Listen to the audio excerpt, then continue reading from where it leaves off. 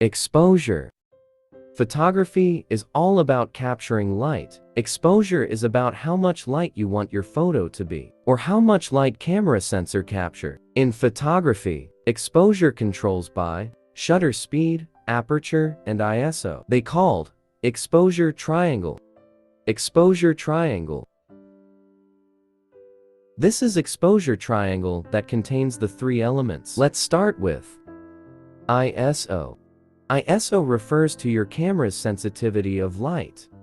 The higher the ISO, the more sensitive your camera sensor becomes, and the brighter your photos appear. ISO measured in numbers. Here are a few standard ISO values: 100, 200s, 400s, 800s, and so on. Higher ISO means brighter images, and the much you lift the ISO up, the more grainy photo you'll get. Shutter speed.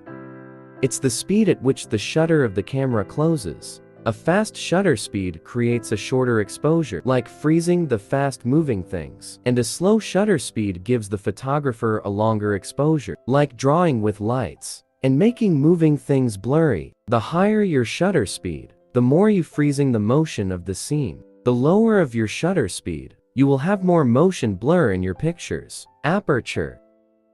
Aperture can be defined as the opening in a lens through which light passes to enter the camera. It expresses an f number like f2.8 for f5.6, and so on, which can be controlled through the lens or the camera. It controls the depth of field. The lower of f number, the wide is the lens aperture will open and will allow to enter more light to the sensor of the camera, and make the background more blurry and make more depth in the image, like used in portraits most of the times.